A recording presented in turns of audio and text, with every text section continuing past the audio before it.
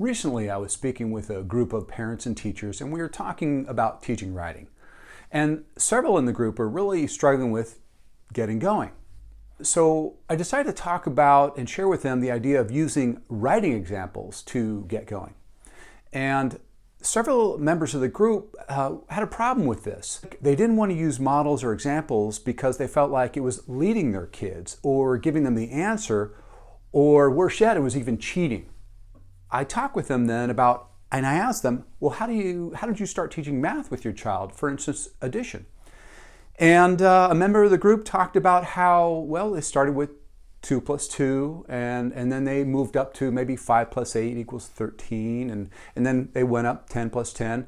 And she said how they started small and they worked on it together, and then over time her child got the idea, and then she could back off and let her child go on her own. Well, I shared with her that, and the group, that's how we teach writing. We do it the same way. We do it by example. So, how can we apply that in the real world? Well, let me show you. Here's a writing prompt here, and it's about one of Aesop's fables, the hare and the tortoise. So it's what is the theme in the hare and the tortoise? And so let's look at this response here. And notice how I color code. So this is 3 simple sentences. There's going to be a claim, which is blue, the evidence is green, and the analysis is red. So let's look at a possible response here. The theme in the hare and the tortoise is slow and steady wins the race. According to Aesop, the tortoise meanwhile kept going slowly but steadily, and after a time he passed where the hare was sleeping. This quote shows that while the hare slept, the tortoise kept going to the finish line. Okay, so if we had a prompt like this, we could show our child this possible model.